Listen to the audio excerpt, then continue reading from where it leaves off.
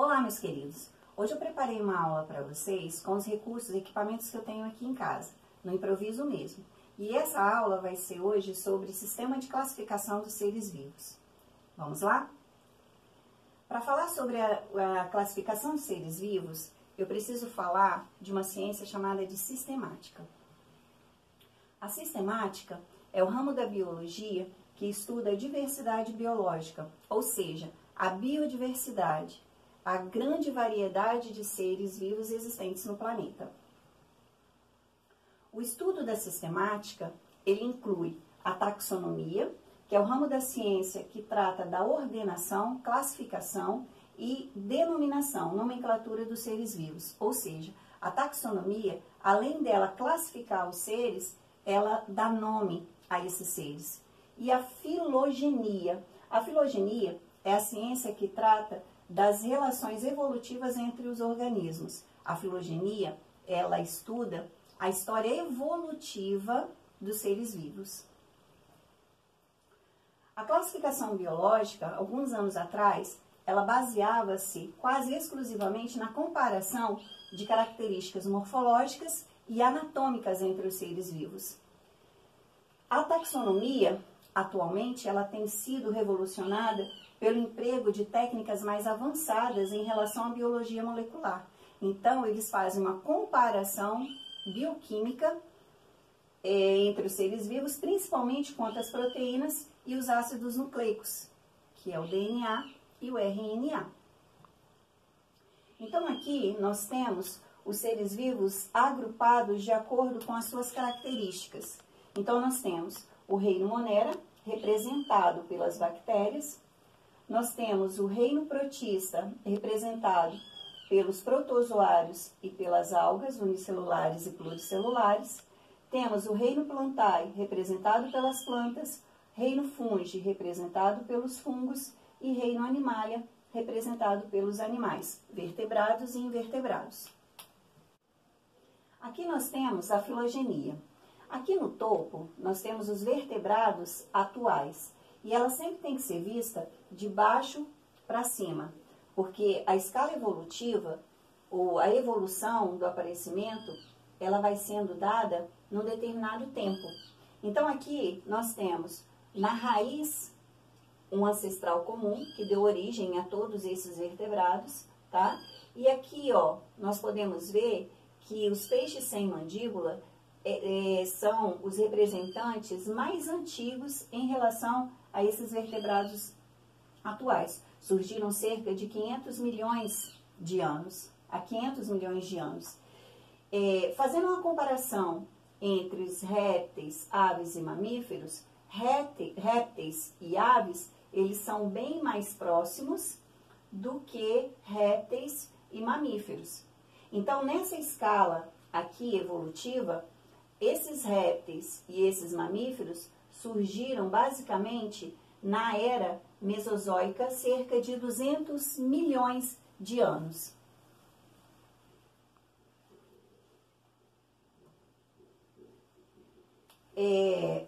As primeiras classificações dos seres vivos que se tem registro é na Grécia Antiga, onde eles classificavam os animais em aquáticos, terrestres e aéreos. Então, essa classificação, o critério de classificação, era baseado no ambiente em que eles viviam. Já as plantas, elas eram classificadas em ervas, arbustos e árvores. Ou seja, o critério de classificação seria o tamanho. Já no decorrer dos séculos 14, 15 e 16, o sistema de classificação ele era de acordo com algumas características típicas, e os critérios eram estrutura corporal, as funções orgânicas e os hábitos. Então, eles passaram a analisar sistemas naturais para classificar e não artificiais. Por que não artificiais? Porque os sistemas não artificiais, eles eram num período muito curto de tempo e geralmente eles analisavam poucas características. Pode passar.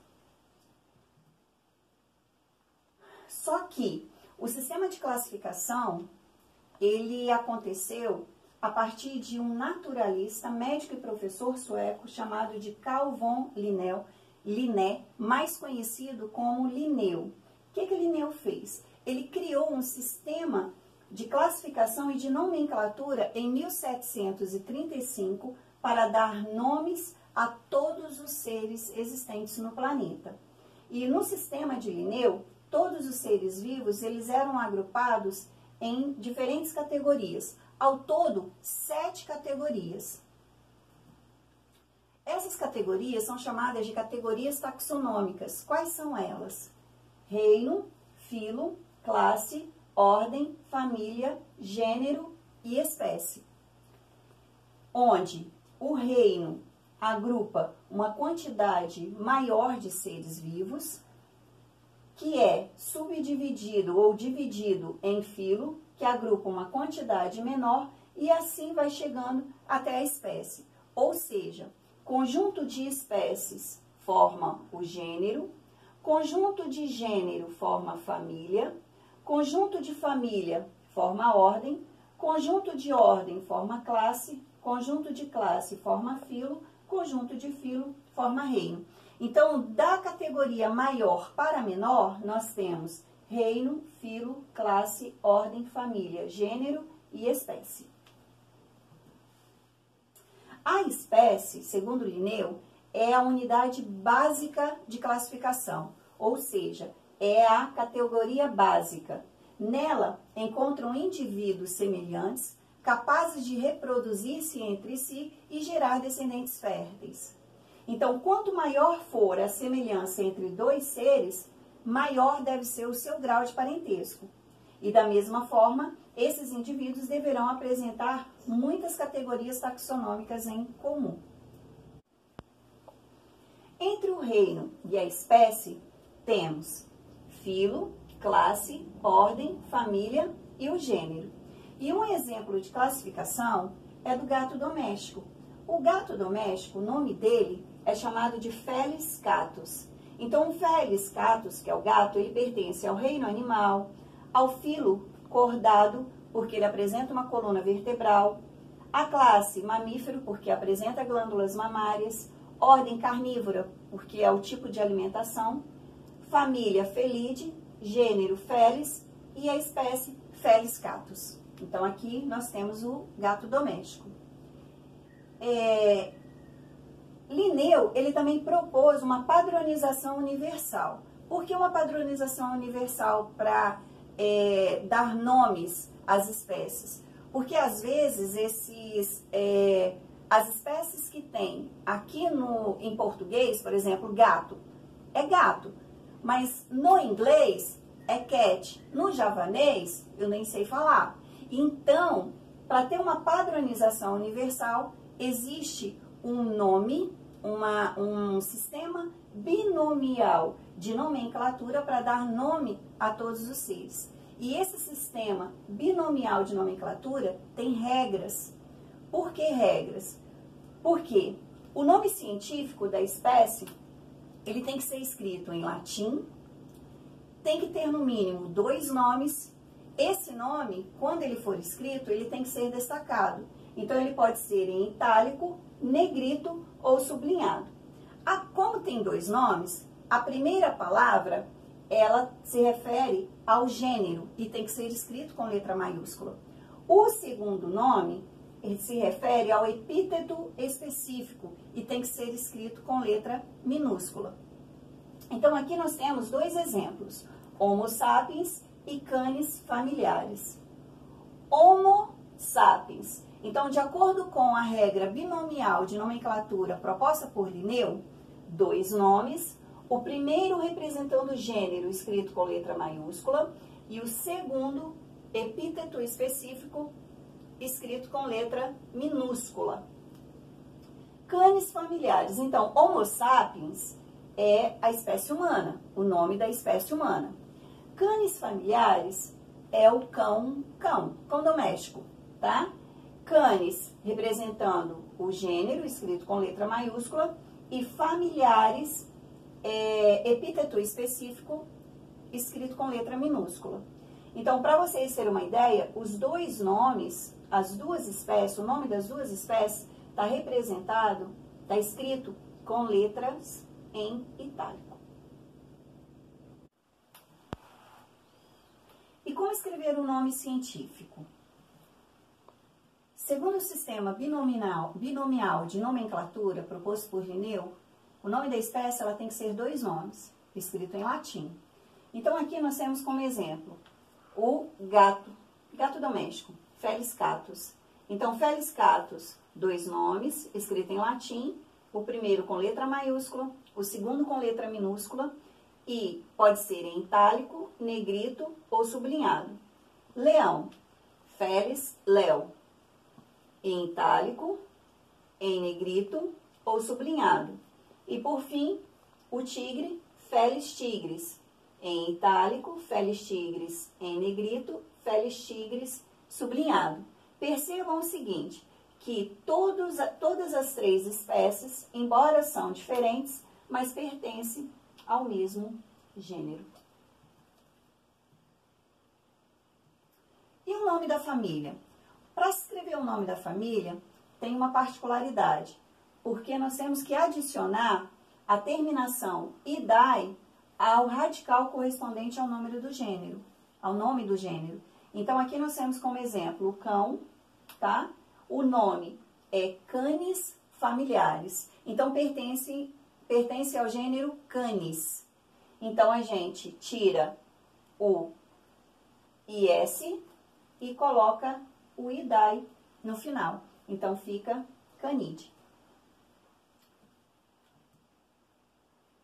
Pode passar. E quais são os animais que têm o parentesco mais próximo?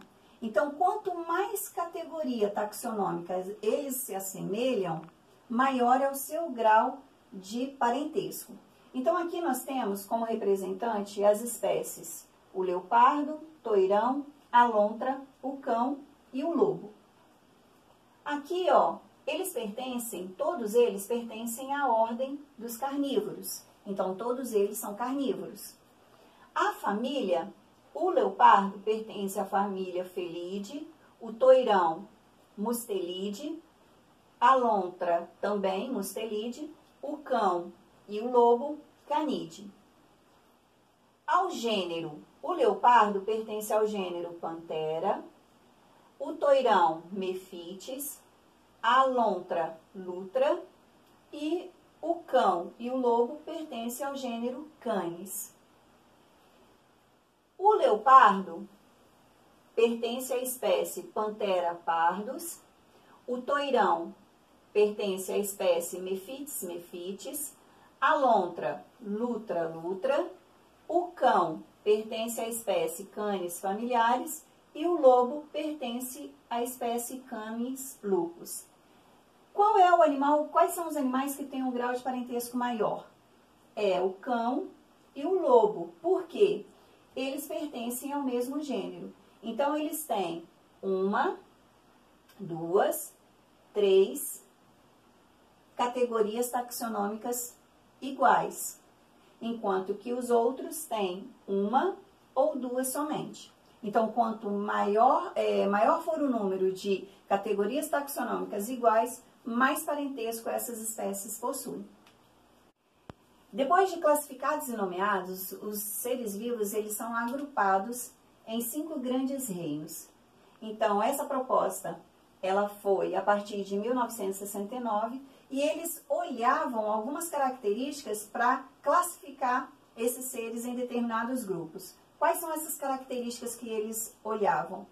Primeiro, o tipo de organização da célula. Se as células eram organizadas, se elas tinham um núcleo individualizado, toda bonitinha, organizadinha, eram chamadas de eucariontes, ou esses seres eram chamados de eucariontes. Se eles possuíam uma célula desorganizada, onde que o núcleo não havia uma membrana, nele não havia uma membrana nuclear, então ele ficava misturado no citoplasma, toda a célula desorganizada, eram chamados esses seres, então, de procariontes. Então, de acordo com o tipo de organização celular, os seres eles podem ser eucariontes ou procariontes.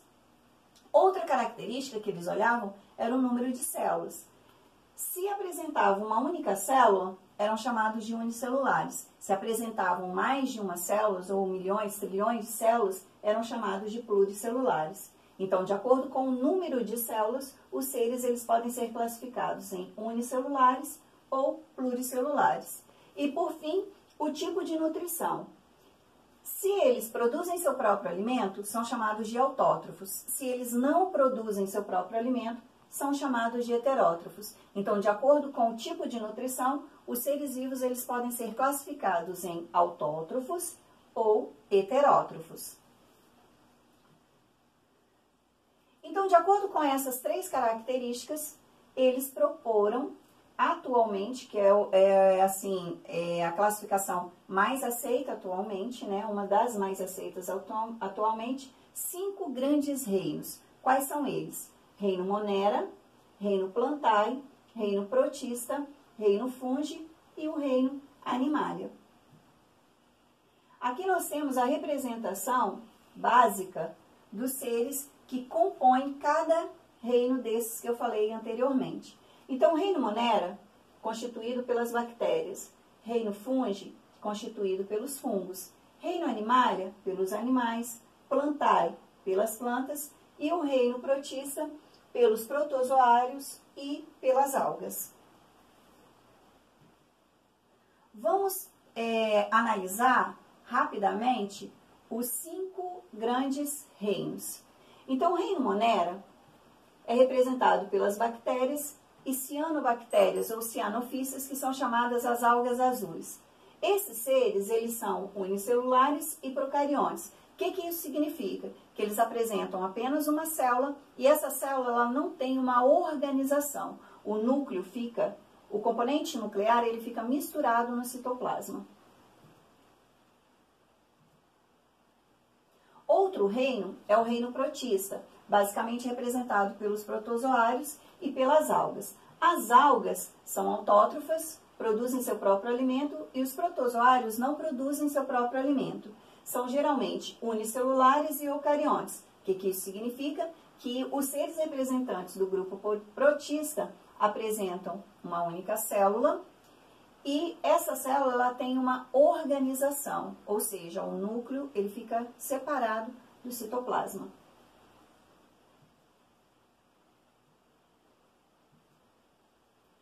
O reino fungi é representado pelos fungos. E os fungos, eles podem ser uni- ou pluricelulares. Apresentam uma única célula ou várias células. Essas células, elas possuem uma organização celular, então eles são eucariontes e eles não produzem seu próprio alimento, por isso são chamados de heterótrofos.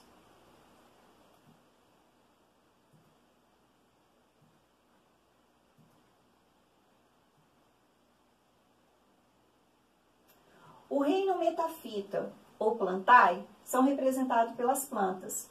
As plantas são seres pluricelulares, eucariontes, as células são organizadas em tecidos, são seres autótrofos que possuem uma particularidade chamada de parede celular formada por celulose.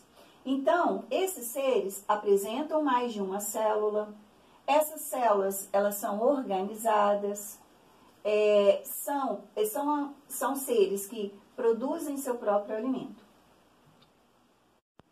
E, por fim, o reino metazoa ou animalia, que são representados pelos animais. Os animais são seres pluricelulares, apresentam mais de uma célula. Essas células elas são organizadas, por isso que são chamados de eucariontes. Eles não produzem seu próprio alimento, então são chamados de heterótrofos. Apresentam tecidos e são geralmente dotados de sistema nervoso.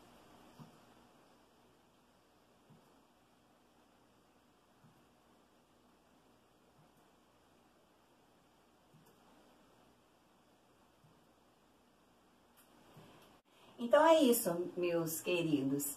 Espero que vocês tenham gostado.